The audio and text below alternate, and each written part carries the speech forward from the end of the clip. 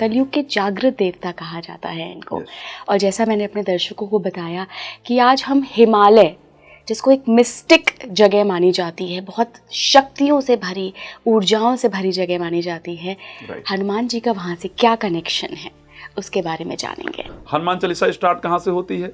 जय हनुमान ज्ञान गुण सागर, जय कपीस तिहु लोक उजागर। रामदूत, भाई हर जगह हनुमान जी है ना, तो फिर ये कहने की क्या जरूरत पड़ी थी भाई वर्णव रघुबर विमल जस जोदायक फलचार?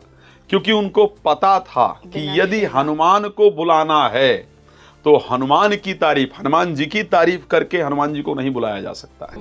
इसी प्रकार से यदि आपको हिमालय पर भगवान हनुमान जी को महसूस करना है तो राम का स्मरण करें और महसूस होंगे, ये मैं कंफर्म कह सकता हूं। वहां के योगी, साधु, संत इत्यादि उनको महसूस करते हैं। आपकी राय में क्या महिलाओं को हनुमान जी की पूजा नहीं करनी चाहिए, जो कि बचपन से हमारे अंदर डाली गई है चीज़? हर जगह हम यही बात सुनते हैं, हालांकि बहुत लोग इसका विरोध भी करते हैं कि नहीं, सीता माता से जुड़े हैं हनुमान, वो भी तो महिला थी।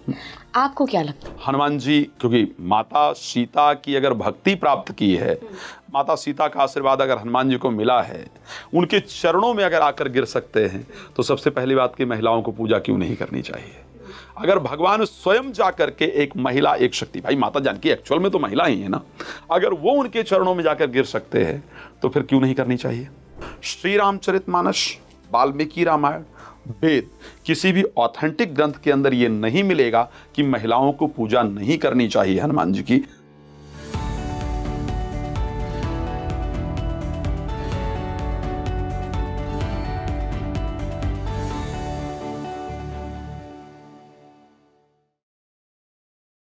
नमस्कार भारत, आप देख रहे हैं स्पीकिंग ट्री। मैं हूं आपके साथ इला गोस्वामी। जब भी हम हिमालय का नाम सुनते हैं, हिमालय की बातें करते हैं, तो वहाँ से जुड़े साधु संत, वो मिस्टिक पावर्स, वो डिविनिटी, वो डिवाइन एनर्जी हमें याद आ जाती है। अगर आपने कभी हिमालय के क्षेत्रों का अनुभव किया है तो आप भी एकदम से वो जागृत हो जाएंगी मेमोरीज़ कि हाँ, मुझे भी उस डिविनिटी का अनुभव हुआ है।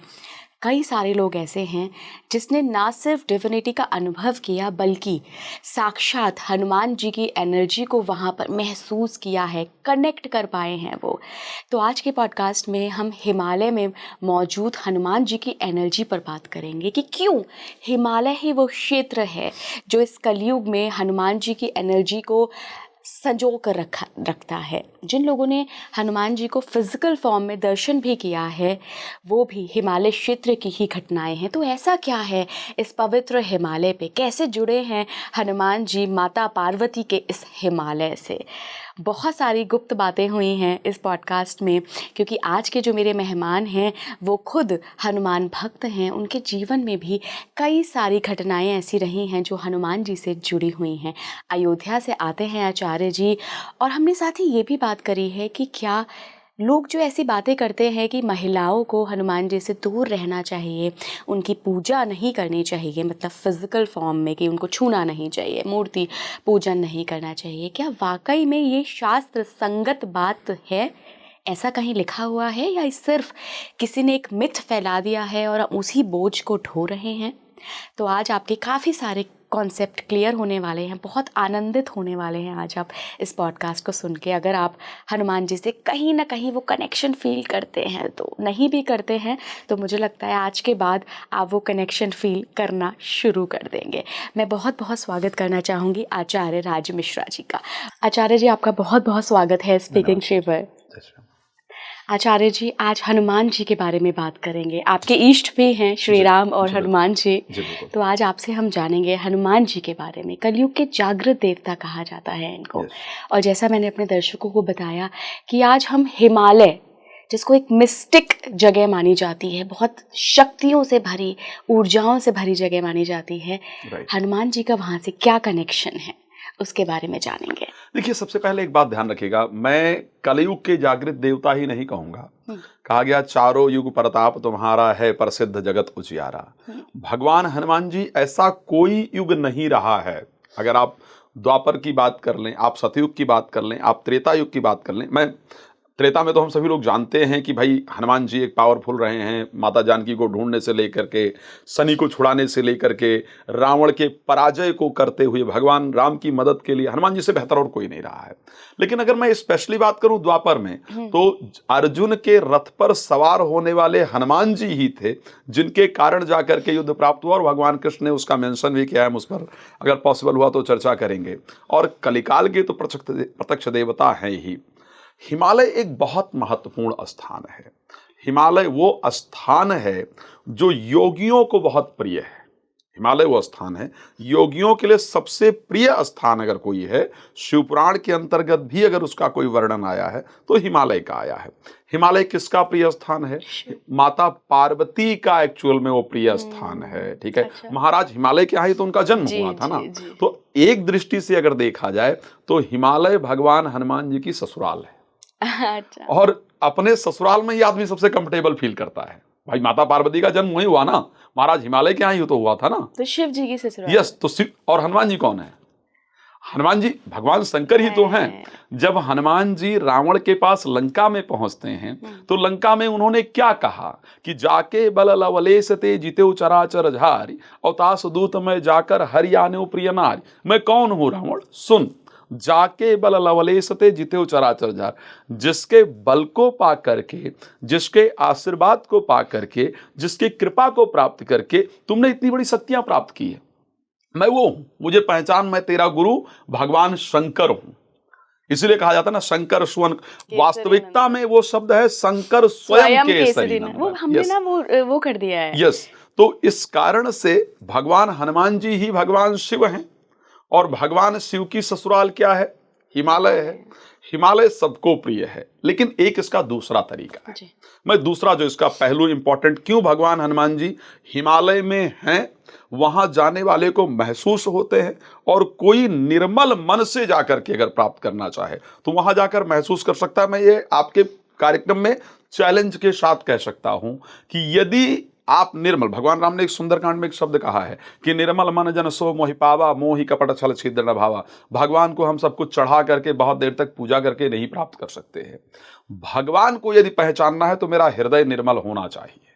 अगर हृदय निर्मल होगा तो हम भगवान को पहचान सकते हैं। और अगर उस निर्मल हृदय के साथ जाकर के आप हिमालय में हनुमान जी को प्राप्त करने का प्रयास करें, और उनको प्राप्त करने का एक ही तरीका है, भगवान राम का स्मरण करें। मैं उसका भी एक एग्जाम्पल आपको बताता हूं। आप सोचिए, हनुमान गोस्वामी तुलसीदास जी हनुमान चालीसा लिख रहे थे। हनुमान चालीसा में क्या लिखा है? श्री गुरु चरण सरोज रज निजमन मुकुर सुधार और वर्णव रघुबर विमल जसु जोदायक फलचार। गाते सब लोग हनुमान चालीसा रोज हैं। क्या इसका अर्थ किसी को पता है? क्या कहा है हनुमान जी ने? वर्णव रघुवर विमल जस। मैं किसके यश का वर्णन करने जा रहा हूं? श्री राम, रघुनाथ जी के यश का वर्णन करने जा रहा हूं। हनुमान चालीसा स्टार्ट कहां से होती है? जय हनुमान ज्ञान गुण सागर जय कपीस तिहु लोक उजागर रामदूत। भाई हर जगह हनुमान जी है ना, तो फिर ये कहने की क्या जरूरत पड़ी थी भाई वर्णव रघुबर विमल जस जोदायक फलचार? क्योंकि उनको पता था कि यदि हनुमान को बुलाना है तो हनुमान की तारीफ, हनुमान जी की तारीफ करके हनुमान जी को नहीं बुलाया जा सकता है। हनुमान भी है ना, एक पार न लगेगा बेड़ा राम के बिना, हाँ, राम ना मिलेंगे हनुमान के बिना। यस, तो इसी कारण से अगर हनुमान जी को बुलाना है तो राम का स्मरण करना पड़ेगा। इन्होंने कहा मैं राम की यश का वर्णन करने जा रहा हूं, तो हनुमान जी आ गए। इसी प्रकार से यदि आपको हिमालय पर भगवान हनुमान जी को महसूस करना है तो राम का स्मरण करें, और महसूस होंगे, ये मैं कंफर्म कह सकता हूं। वहां के योगी साधु संत इत्यादि उनको महसूस करते हैं। अब रीजन क्या है? मैं अगर उस विषय पर आऊं, शायद मेट्रो सिटीज में भक्ति नहीं करते हैं। वो जो योगी भक्ति कर रहे हैं हिमालय पर, और हमारे आपके भक्ति के अंदर बहुत डिफरेंस है। जो योगी भक्ति कर रहे हैं उनका सिर्फ एक ही तात्पर्य है कि मुझे ब्रह्म चाहिए। वैसे मैं बता दूं, मानव शरीर हमको क्यों प्राप्त हुआ था?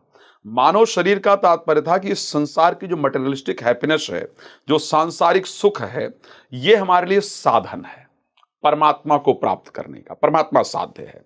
लेकिन अब हुआ क्या कि इस संसार में हम लोग क्या करते हैं?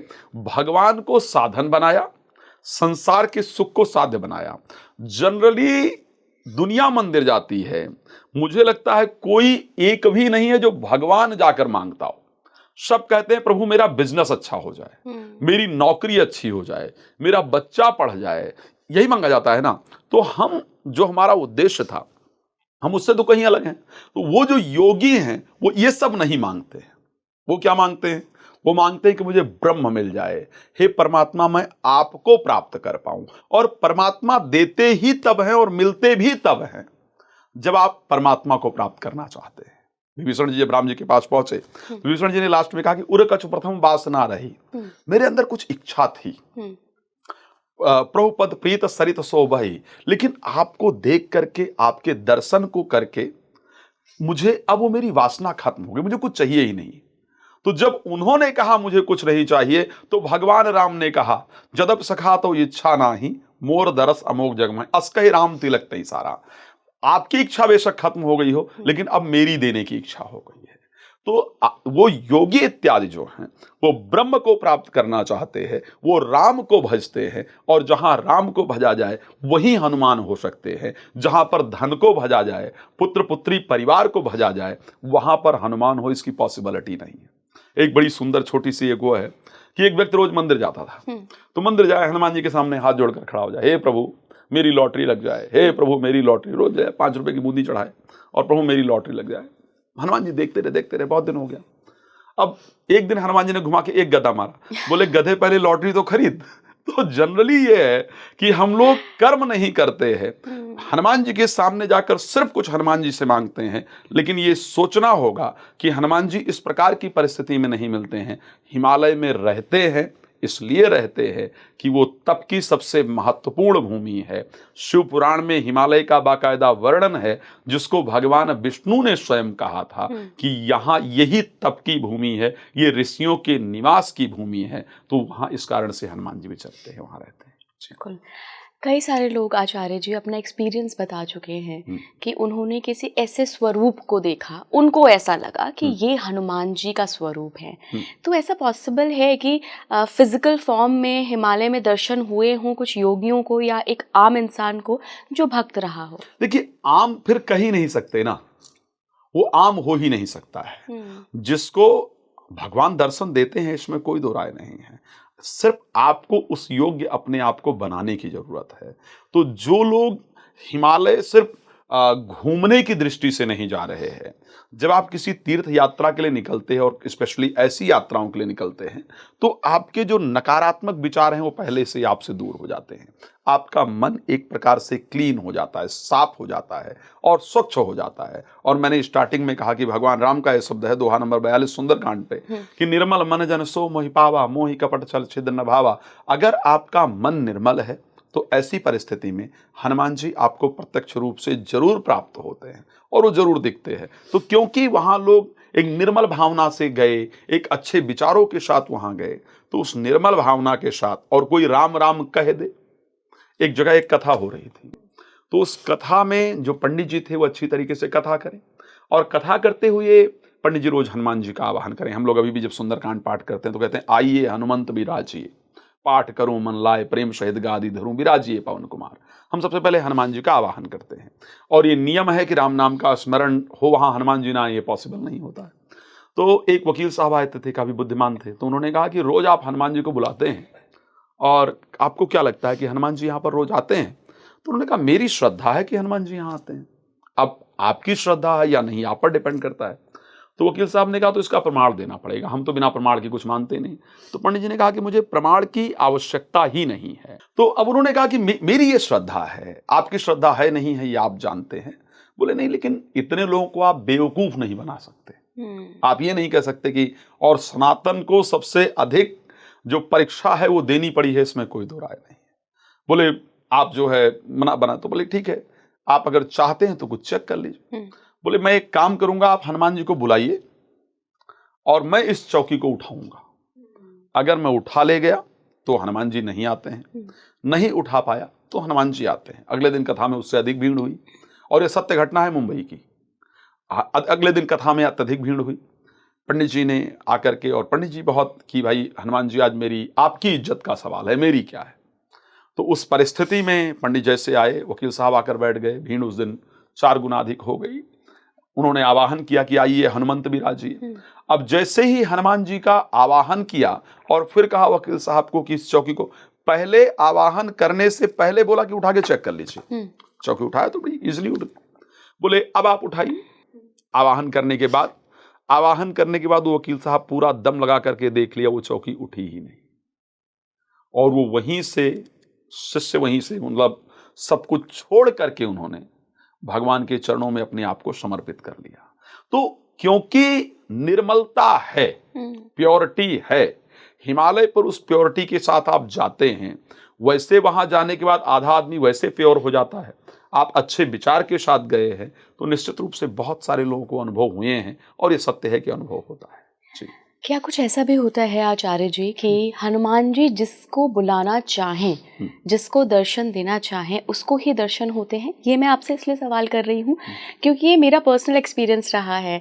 कई बार ऐसा होता है कि हनुमान जी का जहाँ मंदिर होता है, जो भी फेमस जगहें हैं, शिव मंदिर हमेशा कहीं ना कहीं आसपास होता है, या शिवलिंग आपको मिलेगा ही। कोई ना कोई ऐसी चीज होती है। मैं शिव भक्त हूँ, मैं शिव जी के दर्शन कराती हूँ, पर कुछ ना कुछ ऐसा हो जाता है कि बच्चा रोने लगा, या कुछ परेशानी आ गई, या अर्जेंटली निकलना पड़ गया, कुछ काम। हनुमान जी दर्शन नहीं देते हैं, बुलाते ही नहीं है। देखिए, ये कहना बुलाते नहीं है पहले कहना गलत है। अच्छा। पहले मुझे जाने का प्रयास करना होगा, पहले मुझे अप्रोच करना तो होगा। भाई उनके यज्ञ के लिए साधारण लोग नहीं बैठेंगे। श्री रामचरितमानस में एक चौपाई है कि सोई जानो जहि देहि जनाई, और जानत तुम्हि होई जाई। जिसने हनुमान जी को जान लिया वो शायद उनके जैसा हो गया। तो हमारे शरीर के अंतर्गत कुछ पाप है। जब सुंदरकांड लिख रहे थे गोस्वामी तुलसीदास जी, तो सुंदरकांड के स्टार्टिंग में उन्होंने एक श्लोक लिखा, शांतम शाश्वतम प्रमीय मनघम निर्वाण शांति प्रदम ब्रह्माशम फणीन्द्र से मनीषम वेदांत वेदम विभुम रामाख्यम जगदीश्वरम सुरगुरुम माया मनुष्यम हरिम वंदे हम करुणाकरम रघुवर भूपाल नान्यास प्रहार पते हृदय स्मृति। हाँ, उन्होंने कहा कामादि दोष रहितम कुरु मानसम। जब भक्ति का एक श्लोक का अंतिम हुआ है, पूरा श्लोक बोलूंगा लंबा समय लगेगा। तो उन्होंने कहा कि ये शरीर मानव मिला था परमात्मा की प्राप्ति के लिए, लेकिन क्या हुआ कि कामादि दोष जो है वो हमारे शरीर के अंदर प्रवेश कर गए। अब उन पाप को क्या लगता है कि यदि मैं भगवान की भक्ति करूंगा, उन तक पहुंच जाएगा ये व्यक्ति, तो मुझे बाहर निकलना पड़ेगा। गंगा जी में जब पहले स्नान करने जाओ तो बहुत ठंड लगता है, बाहर से घुस जाओ तो फिर ठंड खत्म हो जाता है। इसी प्रकार से जब आप भगवान का कभी पूजन करके देखिएगा भी, वैसे आपको आपके दिमाग में कोई आइडिया नहीं आएगा। पूरे दिन बैठे रहिए, मोबाइल चलाते रहिए, जनरली लोग चलाते ही रहते हैं, कोई आइडिया नहीं आता है। लेकिन अगर आप पूजा करने बैठ जाएं, विद इन 5 मिनट्स जमुआई आने लगेगी, पता नहीं कहाँ कहाँ के विचार आने शुरू हो जाएंगे। ये कौन है? ये एक्चुअल पाप है। तो यदि आप चाहते हैं, श्री रामचरितमानस की एक चौपाई है, काल दंड गहि काहु न मारा और हरई धर्म बल बुद्धि विचारा। 4 चीजों का हरण कर लेता है। ये पाप का एक पहचान है। और सबसे पहला हरण क्या करता है? वो सबसे पहला हरण करता है आपके धर्म का। ओके, तो यदि हनुमान जी तक पहुंचने में मुझे दिक्कत हो रही है, हाँ, कुछ भाई लगता है कि कोई एनर्जी हो, यस, या कोई फोर्स है जो रोक रही है, यस, बुलाएंगे तो तब जब मैं एक बार तो उनके यहाँ निवेदन करूंगा ना, भाई मुझे राष्ट्रपति से मिलना है या प्राइम मिनिस्टर से मिलना है, तो या तो मैं इतना बड़ा योगी हूं, या तो मैं इतना पावरफुल व्यक्ति हूं कि प्राइम मिनिस्टर की नजर में आ जाऊं और वो कहे कि ठीक है साहब आप आइए। जनरली ऐसा पॉसिबल कम होता है, लेकिन मैंने शुरुआत की है अपने जीवन की, तो मैं रेगुलर प्राइम मिनिस्टर को लेटर लिखता रहूंगा, मेल करता रहूंगा, साहब टाइम मिल जाए, टाइम मिल जाए, टाइम मिल जाए। एक बार मैं उसके यहां तक पहुंच गया, वो भी चाहता है कि मेरे पास आए तो मैं इसके जीवन को बेहतर करूं। ये अच्छा काम कर रहा है, भाई आप एक अच्छा ही तो काम कर रहे हैं। आपके माध्यम से कितने लोग शायद धर्म के बारे में जान रहे हैं, भगवान के बारे में जान रहे हैं। तो हनुमान जी चाहते हैं कि आप वहां तक आए, लेकिन आपको पहले अप्रोच करना पड़ेगा। तो वो कोई एनर्जी जब नकारात्मक हमारे ऊपर होती है, वो जानती है कि अगर यहां पहुंच गया तो इसका भाग्य खुल जाएगा, इसका जीवन बदल जाएगा, परिवर्तित हो जाएगा, और अगर परिवर्तित हो गया तो मुझे इसके पास रहने का रास्ता नहीं मिलेगा। इस कारण से एक व्यक्ति था, तो व्यक्ति रोज सुबह उठे 4 बजे, 4 बजे उठे, पूरा दिन बोले मैं 4 बजे उठता हूं, मैं 4 बजे उठता हूं, मैं 4 बजे उठता हूं। सबसे यही बोले कि मैं सुबह 4 बजे उठता हूँ, लेकिन उसको कोई रोज आकर 4 बजे जगा देता था सुबह सुबह। सबको कहा, अच्छा तुम सोते रहते हो, मैं तो 4 बजे उठ जाता हूँ। तो लेकिन वो खुद परेशान रहे कि यार 4 बजे मुझे सुबह आकर उठा कौन जाता है। एक दिन जब वो 4 बजे उठाया तो उसने उसका हाथ पकड़ लिया। बोले आखिर कौन हो जो मुझे 4 बजे जगा देते हो? बोले मैं अहंकार हूं, क्योंकि आप 4 बजे उठ करके लोगों से ये कहते हो कि मैं 4 बजे उठ जाता हूं, तो मुझे आपके अंदर रहने का स्थान मिल जाता है। इसी प्रकार जो हमारे पाप हैं वो हम वहां ना जाएं इसलिए हमको खींचे रहते हैं, कोई ना कोई प्रॉब्लम क्रिएट करते हैं। आप देखिएगा, आप वैसे भी अच्छे काम करने जाओ, ऐसा बहुत लोग हैं जो मंदिर नहीं जा पाते, वो जाना चाहते हैं लेकिन जा ही नहीं पाते हैं। बाकी सब कुछ कर पाते हैं, लड़ाई झगड़ा सब कुछ कर पाते हैं, कंफर्म है। गाली किसी को देना है आराम से दे देंगे, तुरंत दे देंगे, फोन उठाएंगे, लड़ाई झगड़ा कर लेंगे, कुछ बुरे काम करने, उसमें कोई टाइम नष्ट नहीं होता। मंदिर नहीं जा पाते। और ये विभीषण जी ने एक शब्द और कहा था सुंदरकांड में, क्या? सहज पाप प्रिय तामस देहा जथा उलोक ही तम पर नेहा। भगवान राम से कहते हैं सब, बोले प्रभु इस शरीर को पाप बहुत प्रिय है, ये धर्म के मार्ग पर नहीं जाना चाहता। उल्लू कहीं उल्लू होता है ना, वो जो बोले उसको, उल्लू को रात्रि बहुत पसंद है। उसी प्रकार साधारण जो हम लोग हैं, ये शरीर है, इसको क्योंकि पाप बहुत प्रिय है और वो पाप जो है वो हनुमान जी तक जाने नहीं देता है, क्योंकि अगर हनुमान जी तक पहुंच गए तो कौन सो काज कठिन जग माही और जो नहीं हो तात तुम पाही। इस संसार का कोई कार्य नहीं है जो हनुमान जी की कृपा से नहीं हो सकता है। तो आपसे मैं निवेदन करूंगा, प्लीज जरूर जाइए, सब काम छोड़कर हनुमान जी के पास जाइए और देखिए फिर बहुत कुछ होगा जी। हनुमान जी की कलयुग में क्या भूमिका है? चिरंजीवी कहा जाता है उन्हें, और श्री राम उनसे कह कर गए थे, जो हमें वर्णन मिलता है कि जब तक इस धरती पर एक भी व्यक्ति राम नाम लेने वाला बचेगा, तुम्हें यहीं रहना है, तुम नहीं साथ आ सकते मेरे। तो कलयुग में क्या आपको भूमिका नजर आती है हनुमान जी की? हालांकि हम बहुत छोटे हैं ये बात करने के लिए कि उनकी भूमिका क्या है, बट फिर भी कहीं तो वर्णन होगा ना कि कल की अवतार जब आएंगे तब हनुमान जी क्या करेंगे, क्या उनका रोल होगा उस समय? देखिए, कलयुग में धर्म की स्थापना की वास्तविक भूमिका हनुमान जी की है। धर्म की अगर स्थापना इस संसार में है तो विदाउट हनुमान जी की कृपा के वो संभव नहीं, वो पॉसिबल ही नहीं है। और मैं तो हर युग की बात करता हूं, ब्रह्म ने हर युग पर उनको रिस्पॉन्सिबिलिटी दी है, उनको जिम्मेदारी दी है। चारों युग, मैंने इसीलिए कहा ना कि चारों युग प्रताप तुम्हारा। तो कलयुग में धर्म अगर कहीं बचा हुआ है तो वो धर्म सिर्फ हनुमान जी की कृपा से ही बचा हुआ है। और कलयुग में हनुमान जी की यही जिम्मेदारी है कि आपको कलो चंडी विनायका, कलयुग के अंतर्गत भगवान हनुमान जी का रहना, धर्म की स्थापना, राम की स्थापना, धर्मत्व की स्थापना और मानव की स्थापना। भगवान राम ने जब जन्म लिया तो क्या कहेगा, विप्रधेन सुर संत हित लीन मनुज अवतार। बोले विप्रवत जिसके कर्म हो, ब्राह्मणत्व जिसके कर्म हो। वो एक बहुत डिफरेंट विषय है कि ब्राह्मण कौन है, क्या है, वो एक बहुत अलग, उसमें चले जाएंगे। उसमें मनुस्मृति में एक बड़ा सुंदर शब्द लिखा था, आजकल जातियों को लेकर बहुत बात होता है कि जन्मना जायते शूद्रः संस्कारादि उच्यते, वेद पाठेत भयद विप्रः ब्रह्म जानाति सुब्राह्मणः। ब्राह्मण के लिए एक शब्द लिखा गया कि सिर्फ जन्म से ब्राह्मण कोई नहीं हो सकता है, उसके कर्म और विचार, ब्रह्म जानाति सो ब्राह्मणा, जो ब्रह्म को समझ ले वो एक्चुअल में ब्राह्मण हो सकता है। तो भगवान ने कहा कि मैंने अवतार की उदाहरण किया था कि विप्रधेन असुर सिंत, जिनका ब्राह्मणत्व व्यवहार हो, देवता जिनका देवत्व व्यवहार हो, इस संसार में गौ इत्यादि की रक्षा होती रहे, संत के अच्छे जो संतत्व कर्म करने वाले उनकी रक्षा होती रहे, उसके लिए मैंने यहाँ पर अवतार ग्रहण किया था। तो अब मैं क्योंकि शरीर के रूप में यहां नहीं रहूंगा, ब्रह्म सदैव यहीं रहते हैं, लेकिन मैं शारीरिक रूप से नहीं रहूंगा, मैं धर्म ग्रंथों के माध्यम से रहूंगा, लेकिन आपको यहां पर रह करके शारीरिक रूप से रह करके और जो इन कर्मों को करे। एक बात ध्यान रखिए, आपने वो कहा ना हिमालय पर क्यों हनुमान जी महसूस होते हैं, क्योंकि हिमालय पर जो व्यक्ति रहता है वो ब्रह्म को जानना चाहता है, वो एक्चुअल ब्राह्मण है। हिमालय पर जो रहता है वो एक्चुअल संत है। तो उस परिस्थिति में जो ऐसा व्यवहार करे उसकी रक्षा आपको करनी है। तो मानवता की रक्षा का जो रिस्पॉन्सिबिलिटी है, जो जिम्मेदारी है, वो हनुमान जी की है, जो भगवान राम उनको देकर गए हैं। तो कलयुग में उनका बहुत इंपॉर्टेंस है, मानवता और धर्म की रक्षा उनके हाथ में है और उसको बाखूबी वो कर रहे हैं। जी। अगर हम सारे युगों की बात करें, हम सतयुग की बात करें, लेकिन जब हम अवतारों की बात करते हैं तो मेन पहले राम जी के अवतार की बात करेंगे, त्रेता युग, फिर द्वापर में कृष्ण जी आ गए, साथ साथ में त्रेता से हनुमान जी भी चल रहे हैं जो कि शिव जी का अवतार है। इस युग में कल्कि भगवान इतने पिक्चर में नहीं है कि वो आएंगे। कई लोग दावा करते हैं जन्म ले चुके हैं, 22 साल के हो गए हैं, वो एस्ट्रोलॉजिकल कॉम्बिनेशंस बन गए हैं जिसपे उनका जन्म होना था। कई लोग कहते हैं यूपी में जन्म हुआ है, कई लोग ओडिशा में कहते हैं। तो ऐसे में हनुमान जी और कल्कि का कहीं मिलन होगा, कुछ ऐसा लिखा गया है? जब कल्कि का अवतार होगा, सबसे पहले तो बता दूं, मैं कुछ कार्यक्रम्स करता हूं। जनरली मैंने अब तक अपने जीवन में 15 कल्कियों को एक्सपोज किया है, ठीक है?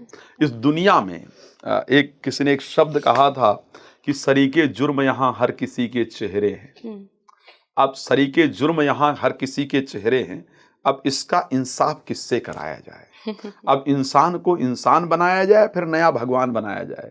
जितने लोग वो कल्कि बन रहे हैं ना, उनको इंसान बनने की जरूरत है। भगवान जब जन्म लेते हैं ना, भगवान के लिए ऐसे नहीं होता कोई जन्म ले लिया। आप जिन उड़ीसा के कल्कि की बात करें, उनके साथ भी प्रोग्राम को मैंने एक्सपोज करने का प्रयास किया है, मैंने प्रोग्राम किया है बाकायदा। जिन आप यहाँ के कल्कियों की बात कर रहे हैं, उस पर भी मैंने बहुत प्रोग्राम किया है।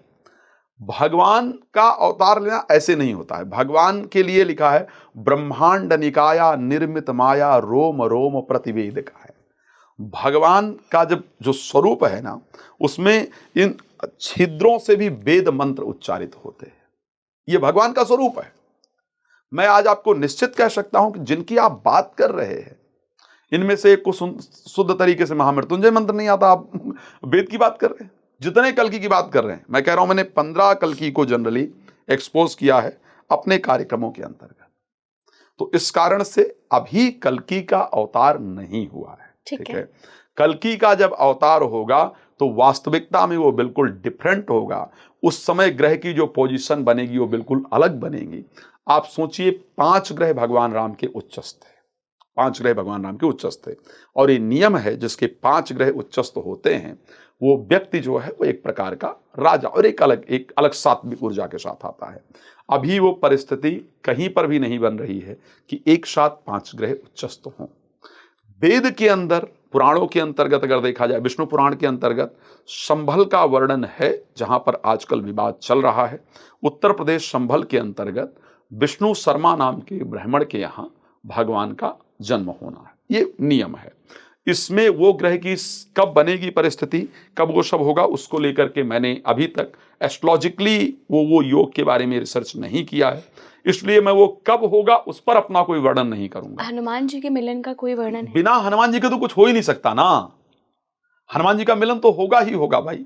अगर राम अवतार में शिव का मिलन होगा, ये ध्यान रखिएगा, वो शिव का मिलन होने वाला है। शिव स्वयं हनुमान है, तो अगर राम अवतार के अंतर्गत वो हनुमान, शिव स्वयं हनुमान बनकर आते हैं, कृष्ण अवतार के अंतर्गत उनका है, सतयुग में वो मिलते हैं, तो क्या आपको लगता है कि द्वापर इसमें कलयुग के अंतर्गत उनका मिलन नहीं होगा? बिना हनुमान, वो कहते हैं ना कि दुनिया चले ना श्री राम के बिना, राम जी चले ना हनुमान के बिना। तो बिना ब्रह्म का अवतार, बिना हनुमान जी के हमेशा अधूरा रहता है। निश्चित रूप से हनुमान जी का मिलन होगा, वो किस स्वरूप के अंदर मिलन होगा वो एक डिफरेंट विषय है। हनुमान जी का एक ही स्वरूप नहीं है, अनेक प्रकार के स्वरूप हैं, तो किस स्वरूप में मिलन होगा वो डिफरेंट है, लेकिन मिलन जरूर होगा।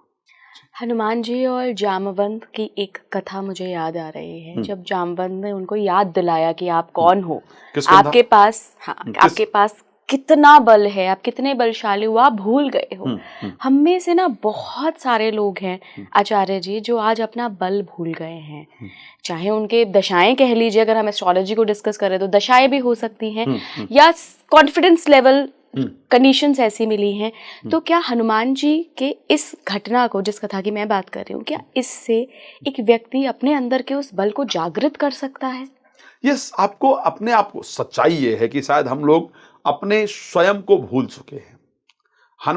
देखिए, मैं एक बात हमेशा कहता हूं, भगवान के दर्शन करने से प्रॉब्लम सॉल्व नहीं होती है। भगवान के दर्शन से आपको एक सात्विक ऊर्जा मिलती है, लेकिन जब उनके दर्शन को आप जाइए ना, तो जा करके आप उनको देख करके और समझिए कि इन्होंने किया क्या है। मुझे एक चीज कई बार लगता है कि धर्म को ना पता नहीं किस डायरेक्शन पर लेके जाया जा रहा है। धर्म का डायरेक्शन ही परफेक्ट नहीं है। अगर मैं हनुमान जी के डायरेक्शन की ही बात करूं या हनुमान जी की परिस्थिति की बात करूं, एक घटना हुई मेरे साथ। एक व्यक्ति आया कि साहब मुझे राम कथा करानी है। तो मैंने कहा भाई राम कथा क्यों करानी है? बोले साहब पहले मेरे घर में शांति नहीं थी, अब मेरे घर में शांति है। तो मैंने कहा कि शांति किस बात, मतलब एक चर्चा होने लगी, भाई राम कथा करानी है तो एक बड़ा विषय है, तो चलो एक बार अच्छी चर्चा करते हैं। तो मैंने कहा ऐसा क्या रहा आपके जीवन? बोले बड़ी प्रसन्नता है, अब सब कुछ बहुत अच्छा है, तो इसलिए मैं चाहता हूँ कि राम कथा हो। तो मैंने कहा कि क्या है, रीजन क्या रहा, ऐसी क्या प्रसन्नता हो गई आपके घर में? तो बोले कि साहब एक तो केस चल रहा था भाई के साथ बंटवारे को लेकर के, और उस केस में सफलता मिल गई है, संपत्ति मुझे मिल गई है। वो बहुत दिन से जो है वो भाई दे नहीं रहा था और मेरा हिस्सा ज़्यादा बनता था, उसका कम बनता था, तो मैंने ज़्यादा हिस्सा प्राप्त कर लिया है। और वो अपनी जगह खूब परेशान है, मैंने उस पर कुछ 4-5 केस भी कर दिया, बहुत उलझा हुआ है। ओके जी। मदर फादर जो है, फादर नहीं रहे और मदर जो है वो अब ठीक है। मैंने कहा कि भाई की ही जिम्मेदारी है, वही उनको रखेगा। तो अब घर में हम हैं, 2 बच्चे हैं और पत्नी हैं, तो इस कारण से अब बहुत कुछ हो गया एक शायद। तो मैंने कहा आप चले जाओ, दोबारा राम कथा मत करना। नहीं, हनुमान जी आपको भी मारेंगे और मुझे भी मारेंगे। हाँ, तो आप इस चीज को सोचिए, जब आप राम जी ने अपने पिता की आज्ञा को, पिता ने कहा भी नहीं था, लेकिन क्या कर दिया कि बन चले गए, उतना बड़ा राज्य को छोड़ दिया भाई कारण। आज हम जब भगवान के दर्शन करने जाएं ना, तो अपने बच्चे को यही बताना चाहिए। हनुमान जी से आप क्या सीखते हैं? हनुमान जी के जीवन को अगर उठा करके देखें, मैं इसलिए कहता हूं कि अपनी शक्ति भूल गया। आप जिसकी चर्चा कर रहे हैं, किष्किंधा कांड का अंतिम दोहा है, जब वहां पर अंगद जी कहते हैं अंगद कहाँ जाऊं मैं पारा, जिये संशय कष्ट फिरती बारा। तो हनुमान जामोन जी कहते जामोन कहा तुम सब लायक पठाए किम कन्हई सभी करना है, कहाँ रीच पस सुन हनुमाना, का चुप साधि रहो बलवाना, पवन तनय बल पवन समाना, बुद्धि विवेक विज्ञान निधाना, कौन सुकाज कठिन जग माही जो नहीं होता तुम पाए, राम काज लगे तो अवतारा, सुनते भयो पर्वताकारा। स्वर्ण के समान उनका शरीर बढ़ गया। जैसे ही जब तक जामवंत जी ने ये शब्द कहा था ना कि कवन सुकाज कठिन जग माही जो नहीं होता, राम जी हनुमान जी बड़े सिंपल तरीके से खड़े होते, ठीक है होगा, होता रहेगा, ताकतवर होऊंगा। लेकिन जब जामवंत जी ने ये कहा कि राम काज लगे तो अवतारा, जैसे इतने शब्द का उच्चारण किया तो हनुमान जी का शरीर बढ़ना शुरू हो गया और एक स्वर्ण का पर्वत खड़ा हो गया। इस प्रकार का शरीर, कहते हैं सहित सहाय रावण ही मारी आनो यहाँ त्रिकूट पारी। मैं रावण को मार करके पूरी लंका एक बार में लेके आ सकता हूं। लेकिन एक सबसे इंपॉर्टेंट पार्ट जो सीखने वाला हनुमान जी का है, और वो युवा वर्ग को सीखने वाला सबसे इंपॉर्टेंट पार्ट है। आज ये सत्य है, मैं रोज लोगों से मिलता हूं, बहुत सारे लोगों से मुलाकात होती है, कथाओं के दौरान मुलाकात होती है। बच्चा सुन ही नहीं रहा, पापा आपको नहीं पता आप चुप हो जाओ, होता या नहीं होता, मम्मी आपको नहीं पता आप चुप हो जाओ। तो आप एक चीज देखिए, बच्चे माता पिता को एक सीधा शब्द कहते हैं आपको नहीं पता, चाहे वो बच्चा हो, लड़की हो, लड़का हो। आज ये सबके साथ परिस्थिति हो गई है कि हमको लगता है थोड़ा सा हमने सोशल मीडिया जान लिया है, थोड़ा सा हमने मोबाइल जान लिया है, थोड़ी हम एक टेक्निक को हमने जान लिया है, हमारा एक शब्द हो जाता है, फिर हम बड़े को कुछ समझते ही नहीं है।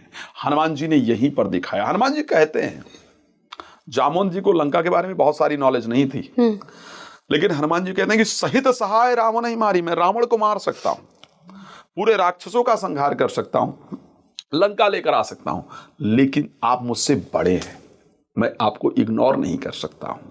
आप मुझे बताइए, हे जामवंत जी मुझे बताइए कि मुझे क्या करना। जामवंत मैं पूछूं तू ही उचित सिखावन, जो आप मुझे ये ऐसा हुआ हनुमान जी ने, जामवंत जी ने जो कहा था वो किया नहीं जाकर के, ये पक्का है, लेकिन रिस्पेक्ट उनको मिले, ये महसूस ना होने पाए कि मेरी कहीं पर हनुमान इतना पावरफुल है, इतना बलवान है, आज उसको मेरे राय की जरूरत नहीं है। इसके लिए उन्होंने जरूर पूछा जामवंत जी से, और जामवंत जी ने कहा कि इतना करो तात तुम जाई, सीता ही देख कहाँ जाई, जाना सीता जी को देखना और वापस आ जाना। खैर इतना ही करके नहीं आए, पूरी लंका नष्ट करके आए, रावण का अहंकार दूर करके आए। लेकिन ये जामवंत जी ने सिखाया कि जीवन में चाहे जितना बड़े हो जाओ, जब तक माता पिता के चरणों में झुकते रहोगे तब तक जीवन में आप ऊपर उठते रहोगे। जिस दिन माता पिता के सामने आपने बड़े होना प्रारंभ कर दिया, उस दिन आप नीचे गिरोगे, ये पक्का है। वो चाहे लड़का हो या लड़की हो, चाहे जो विषय हो। और आज ये दुर्भाग्यपूर्ण है, मुझे लगता है एक माँ ही वो है जो स्वयं नहीं खाती है लेकिन वो प्रयास करती है कि उसके बच्चे का पेट भर जाए। पिता जीवन भर मेहनत करेगा। वो किसी ने एक शब्द कहा था, जिम्मेदारियां छीन लेती हैं नींद आंखों की, रातों की छीन लेती हैं नींद रातों की, हर रात में जगने वाला आशिक नहीं होता। तो कुछ रिस्पॉन्सिबिलिटीज, पिता अपने रिस्पॉन्सिबिलिटी को 100% फॉलो करने का प्रयास करता है। ये युवाओं को हनुमान जी ने सिखाया। हनुमान जी ने बहुत सारी चीजें से सिखाई। हम सभी लोग लाइफ में चलते हैं, थोड़ी प्रॉब्लम आ जाए, बट डिप्रेशन, आज आप साइकाइट्रिस्ट की फीस अगर उठा करके देख लीजिए, बच्चे का नंबर कम आए वो डिप्रेशन में आ जाता है। प्रमोशन ना हो पाए, आदमी डिप्रेशन की दवाई खा रहा है। फ्लाइट छूट जाए, मेरे साथ ही ऐसा क्यों होता है। आप सोचिए, हनुमान जी ने लंका की अपनी यात्रा प्रारंभ की। क्या सीखना चाहिए युवा को? मुझे लगता है इससे ज्यादा सीखने के लिए और कुछ हो ही नहीं सकता है। हनुमान जी से अगर युवा सीखे तो जिंदगी में अच्छा बना सकता है। किसका काम करने जा रहे हैं? राम का कार्य, अपना काम भी नहीं है। चले, सबसे पहली रुकावट, जिंदगी में आगे बढ़ना शुरू करोगे, रुकावट ना आए ये पॉसिबल नहीं है। अगर रुकावट नहीं आएगी तो लाइफ हो ही नहीं सकती है। सबसे पहले सुरसाना महीन के माता पठे ने आई कही ते बाता, आ गई। पहले अपने आप को बढ़ाना शुरू किया, लेकिन जब देखा कि ये अहंकार का स्वरूप है तो अपने आप को छोटा बनाया। अहंकारी व्यक्ति के सामने छोटा बनाइए। किससे छोटा बनना है, किससे बड़ा बनना है, किसके साथ कौन सा व्यवहार करना है, ये सीखना है तो हनुमान जी से सीखिए। माता जानकी से मुलाकात करते हैं। माता जानकी ने कहा कि मुझे शंका हो रही है तुम पर। माता जानकी ने एक शब्द कहा, माता जानकी से कहा कि मैया, अगर मुझे प्रभु ने आज्ञा दी होती ना, जो रघुवीर हो सुत पाई, करते नहीं विलंब रघुराई, राम बाण रवि जानकी तंबर, अब हिमा तुम्हें जाऊं लवाई, प्रभु आए नहीं राम दुहाई। बोले भगवान ने कहा नहीं, अभी मैं आपको लेकर के चला जाता। तो माता जानकी ने पहले 3 बार नीचे से ऊपर तक देखा। कारण था मशक समान रूप का विधारी, मच्छर के समान रूप धारण किया था। 3 बार नीचे से ऊपर तक देखा। देखने के बाद कहा, हैं सुत कब सब तुम ही समाना, जात उधान अति भट। हे बेटा, तुम्हारे इतने बड़े बड़े ही सारे हैं, कोई बड़ा भी है? तो हनुमान जी ने कहा, नहीं, मैं सबसे सीनियर हूं मां, मैं ही सबसे बड़ा हूं पूरी सेना में। तो माता जानकी ने कहा, मोरे हृदय परम संदेहा, मुझे अभी तक शंका हो रही थी लेकिन अब परम संदेह हो गया। और जैसे मां ने इतना कहा, सुनि कपि प्रगट कीन निज देहा, कनक भूधराकार शरीरा, समर भयंकर अति बलवीरा। इतना बड़ा स्वरूप बना लिया कि एक पैर लंका में दूसरी रख दे तो लंका खत्म हो जाए, दूसरा पैर समुद्र में रखना पड़ा। किसी ने कहा कि भाई जब बड़ा हो ही गए तो छोटे होने की क्या जरूरत थी? बोले इसलिए छोटे हो गए कि जीवन में कितने भी बड़े हो जाओ, माँ बाप के पास जाना तो छोटे बन करके जाना, क्योंकि सीता जी माता हैं, इसलिए अपने आप को छोटे बना कर गए। और माता जानकी ने अगर पूरे अपने जीवन में किसी को आशीर्वाद दिया है, अपने पुत्र लवकुश को आशीर्वाद नहीं दिया, वो सिर्फ हनुमान जी को दिया है। तो इस कारण से मुझे लगता है कि हनुमान जी से बहुत कुछ सीखने की, बहुत कुछ जानने की। जब हम मंदिर दर्शन करने जाए तो हम हनुमान जी से सिर्फ बच्चे को नहीं, बच्चा प्रणाम जनरली होता गया, बेटा प्रणाम करो हनुमान, तुम्हारा पेपर अच्छा होगा। अरे यार सीखो, उनको बताओ कि बुद्धिमताम वरिष्ठम है, हनुमान जी साधारण नहीं है। ऐसा कहा जाता है कि जिसके अंदर 10,000 हाथी का बल हो उसको दिग्गज कहा जाता है। ठीक है, 10,000 हाथी का बल हो उसको दिग्गज कहा जाता है, और 10,000 दिग्गज का जिसके पास बल हो उसको इंद्र कहा जाता है। 10,000 इंद्र के पास जितना बल होना चाहिए उतना हनुमान जी की छोटी उंगली में था। लेकिन राम जी के सामने आए तो जब राम जी ने कहा, सुन सुत तो ही उऋण मैं नाही, मैं तुमसे उऋण नहीं हो सकता हूं, तो चरण पर्यो प्रेमाकुल त्राहि त्राहि भगवत, उनके चरणों में आकर के गिर गए। तो जिंदगी में ये सीखना नहीं है, मैं दर्शन करूंगा हनुमान जी की कृपा आएगी, कंफर्म है, अच्छा होगा। लेकिन जब मैं हनुमान जी का अपने बच्चे को दर्शन कराऊं ना, तो उनको बताऊं कि बेटा मुश्किल परिस्थिति में इन्होंने क्या किया है, कैसे मुश्किल परिस्थिति में अपने आप को बनाया, कैसे इतना पावरफुल होने के बाद भी कहीं हनुमान जी ने ये नहीं कहा कि मैंने कुछ किया है। सीता जी का सुन माता शाखा मृग नहीं बल बुद्धि विशाल, प्रभु प्रताप ते गरुण ही खाए परम लघुवाल। ये तो प्रभु की कृपा थी, राम जी के पास ये तो प्रभु की कृपा थी। हमको थोड़ी सफलता मिल जाए फिर तो हम किसी को समझते ही नहीं। तो अगर इन सब चीजों को युवा समझे तो युवा जागृत हो सकता है, उसका कॉन्फिडेंस लेवल वापस आ सकता है। हनुमान जी से बहुत कुछ सीखने लायक है मेरी दृष्टि में। आचार्य जी, आप कर्म कांड के भी स्पेशलिस्ट हैं। ज्योतिष भी करते हैं, आप स्पिरिचुअल नॉलेज भी देते हैं लोगों को। एक सवाल जो मैं हर हनुमान भक्त से पूछती हूँ, जो भी एक्सपर्ट हैं, जिनको ज्ञान है ऑफ कोर्स, आपकी राय में क्या महिलाओं को हनुमान जी की पूजा नहीं करनी चाहिए, जो कि बचपन से हमारे अंदर डाली गई है चीज़? हर जगह हम यही बात सुनते हैं, हालांकि बहुत लोग इसका विरोध भी करते हैं कि नहीं, सीता माता से जुड़े हैं हनुमान, वो भी तो महिला थी। आपको क्या लगता है? मैं एक आपको एक कथा सुनाना चाहूँगा। मैं हनुमान जी, क्योंकि माता सीता की अगर भक्ति प्राप्त की है, माता सीता का आशीर्वाद अगर हनुमान जी को मिला है, उनके चरणों में अगर आकर गिर सकते हैं, तो सबसे पहली बात कि महिलाओं को पूजा क्यों नहीं करनी चाहिए? अगर भगवान स्वयं जा करके, एक महिला एक शक्ति, भाई माता जानकी एक्चुअल में तो महिला ही है ना, अगर वो उनके चरणों में जाकर गिर सकते हैं तो फिर क्यों नहीं करनी चाहिए? दूसरी चीज, एक कथा है भागवत की, मुझे लगता है उससे आप समझ पाएंगे कि एक्चुअल होना क्या चाहिए। जब सुखदेव जी का जन्म हुआ, 12 वर्ष तक माँ के गर्भ में रहे, जन्म हुआ, जन्म होकर के जाने लगे, जा रहे थे तो फिर वेद व्यास जी पीछे पीछे, उनके पिता पीछे भी जा रहे थे। कुछ युवा लड़कियां एक सरोवर के अंदर स्नान कर रही थी। सुखदेव जी उस रास्ते से निकल गए। जब वो 16 वर्ष करीब कहा जाता है कि उनकी उस समय अवस्था लग रही थी, वो 16 वर्ष की अवस्था के अंतर्गत ही हमेशा रहते हैं। तो वो लड़कियां स्नान करती रहीं, कोई दिक्कत नहीं है। जब वो चले गए, सुखदेव जी वहां से चले गए, जब वेद व्यास जी जा रहे तो लड़कियों ने फटाफट अपने कपड़े पहनने शुरू कर दिए, ढक लिया अपने आप को। तो वेद व्यास को बड़ा अजीब लगा। वेद व्यास वापस आए तो बोले कि एक बात बताइए मुझे, बेटा, मैं समझ नहीं पा रहा हूं कि ये जो मेरा बेटा गया है वो 16 वर्ष का युवा है, और 16 वर्ष का युवा मेरा पुत्र गया है, उसके जाते हुए आप लोगों ने वस्त्र नहीं पहना। मैं तो तुम्हारे दादा क्या परदादा की उम्र का होऊंगा, और मुझे देख करके आपने वस्त्र पहन लिया। तो बोले बाबा आप एक बात नहीं समझे, हम आपकी नजर में लड़की हैं, हम उसकी नजर में तो लड़की हैं ही नहीं ना। उसकी नजर में कौन उसको स्त्री कौन है पुरुष कौन है से तो फर्क ही नहीं पड़ता ना। उनकी नजर में तो सिर्फ हम आत्मा है। वाह, ठीक है। तो हनुमान जी की नजर में आप स्त्री और पुरुष का जो भेद है वो मेरी और आपकी दृष्टि में है। ब्रह्म की दृष्टि में स्त्री पुत्र का तो भेद ही नहीं है। हर व्यक्ति का एक पति है।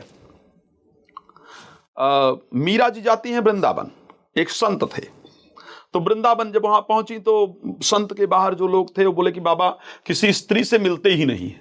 बोले किसी स्त्री से हमारे महाराज जी नहीं मिलते हैं, इसलिए आपसे नहीं मिलेंगे। तो मीरा जी ने कहा अच्छा, यहां और भी कोई पुरुष है क्या? मेरी नजर में तो कृष्ण के अलावा कोई पुरुष ही नहीं है, तो क्या यहां कोई और पुरुष रहता है कोई पुरुष? इतना सुनते ही वो महाराज दौड़ कर आए और मीरा के चरणों में गिर गए। तो जब तक ये सोच लीजिए, जब तक ये भेद हमारे अंदर स्त्री और पुरुष का जो ये भेद है, ये हम मानव का भेद है। ब्रह्म ने आपको बनाया है, ब्रह्म के लिए स्त्री पुरुष का भेद नहीं है। हनुमान जी के अंदर स्पेशली ये भेद बिल्कुल भी नहीं है। ये लोगों के द्वारा तैयार किया गया चीज है। किसी भी ऑथेंटिक ग्रंथ की बात कर रहा हूं, बड़ा स्पष्ट कह रहा हूं, श्री रामचरितमानस, वाल्मीकि रामायण, वेद, किसी भी ऑथेंटिक ग्रंथ के अंदर ये नहीं मिलेगा कि महिलाओं को पूजा नहीं करनी चाहिए हनुमान जी की। हाँ, आज के समय के अंदर अगर देखा जाए तो बहुत कुछ चल रहा है जो धर्म के बिल्कुल विपरीत है। उस दृष्टि में लोगों ने ये फैला दिया है कि नहीं करना चाहिए। मेरे दृष्टि से 100% करना चाहिए जी। और एक बात और ध्यान रखिए, धर्म कहा गया है पत्नी को, पुरुष को कभी धर्म कहा गया है? जब धर्म पत्नी को ही कहा गया है, वही एक्चुअल में धर्म है, तो फिर उसी को पूजा करने का अधिकार नहीं है। तो ये सब ऐसी कथाएं हैं या ऐसी कई सारी प्रचलन है जो मेरी दृष्टि से गलत है। यस, बिल्कुल बिल्कुल। अयोध्या से आप आते हैं, अयोध्या में हनुमान जी के चमत्कारों की हमेशा बात होती रही है कि हर गली में कोई चमत्कार मिल जाएगा आपको। आप कभी ऐसा रूबरू हुए हैं इस चमत्कार से? देखिए, मैं अपने जीवन को मुझे लगता है कि जाकी कृपा लवलेस्ते मतिमंद तुलसीदास जी ने एक शब्द कहा था कि जाकी कृपा लवलेस्ते मतिमंद तुलसीदास हूँ, पायो परम विश्राम राम नमामि ते काहि को। मैं अपने जीवन के अंतर्गत प्रतिदिन चमत्कार होते हुए देखता हूँ। मुझे जो कुछ इस संसार में मिला है वो सब हनुमान जी की कृपा से ही मिला है। अगर मेरा अवध में जन्म हुआ है तो हनुमान जी की कृपा है, ठीक है। अगर मेरा उस क्षेत्र में, अगर मेरा भारतवर्ष में जन्म हुआ है तो हनुमान जी की कृपा है। तो मुझे कई बार ऐसा महसूस हुआ। मैं एक बड़ी सुंदर घटना आपको बताता हूँ और यहाँ की बताता हूँ, आप लोग, ये सत्य घटना है, मैं आपके यहाँ बता रहा हूँ, जनरली मैंने कभी जिक्र नहीं किया। कोविड 2022 में आया, आई थिंक वो डेट थी 22 तारीख को जब लॉकडाउन लगा था, 22 अप्रैल था या मार्च था, आई थिंक 22 अप्रैल था 2022 जब कोविड भारत के अंदर प्रबल रूप से आया। 21 में लगा था, नहीं 2020 में लगा था। हाँ, कोविड 2020 कोविड-19 क्योंकि चाइना से स्टार्ट हुआ था। yes. एंड 2020 आई थिंक मुझे लगता है 22 अप्रैल का दिन था, नवरात्र स्टार्ट होने वाला था, स्टार्ट हुआ लगा। हमारा मंदिर है, टेम्पल है, तो हर मंगलवार हम वहाँ सुंदरकांड का पाठ करते हैं। अब क्योंकि सब कुछ बंद हो गया था, सब कुछ बंद होने पर आपको भी डर था, नवरात्र का समय था और मैं भी नहीं आया अपने मंदिर। तो रात्रि में 2 बजे के करीब बात है, मैं सो रहा था, क्योंकि हम हर मंगलवार 2008 से करीब सुंदरकांड करते हैं। तो मंदिर पूरा मतलब रात्रि में मैं सो रहा था और रात्रि में सोते सोते मुझे एक स्वप्न आया। हमारे मंदिर का एक स्पेस है जहाँ पर शिवाला है और फिर बाकी मूर्तियाँ हैं, उसके बीच में एक स्पेस है। एक व्यक्ति आता है बहुत लंबा और हाथ में त्रिशूल, बाघंबर, जनरली वो भगवान शिव का स्वरूप, लेकिन ऊपर का स्वरूप हनुमान जी का लग रहा है। वो व्यक्ति आता है और आकर के कहता है कि मेरे अभी भी रोंगटे खड़े होते हैं जब मैं उस दृश्य को उसको याद करता हूँ रात को। तो वो चलते हुए व्यक्ति कहता है और मैं सामने से आ रहा हूँ। वो कहता है मुझे चलो सुंदरकांड सुनाओ। वो पहला मंगलवार था जब मैं सुंदरकांड करने नहीं गया था अपने मंदिर, कोविड के बाद जब वो लॉकडाउन लगा था। आई थिंक संडे को लॉकडाउन लगा था कि अब कोई नहीं निकल सकता और ये ट्यूसडे की घटना है, हम नहीं गए। तो चलो मुझे सुंदरकांड सुनाओ। वो सुनते ही मेरी नींद बड़ी अचानक खुली और मैं उठ करके बैठ गया और बैठ करके उसके बाद मैंने हर एक मंगलवार पूरे कोविड जा करके सुंदरकांड किया। कोई नहीं आता था, हम जो हमारे पुजारी गण थे हम सब लोग बैठकर सुंदरकांड करते थे। अयोध्या की आपको एक घटना याद होगी, एक बार एक टिफिन एक वानर लेकर के जाता है और उस टिफिन को ले जाकर के वो जंगल में फेंक देता है और बाद में चेक होता है तो उसके अंदर बॉम्ब निकलता है और बाद में उसको डिफ्यूज़ किया जाता है या फटता है, कुछ परिस्थिति हुई थी। तो अयोध्या के कण कण में हनुमान जी की कृपा है और कण कण में उनका चमत्कार है।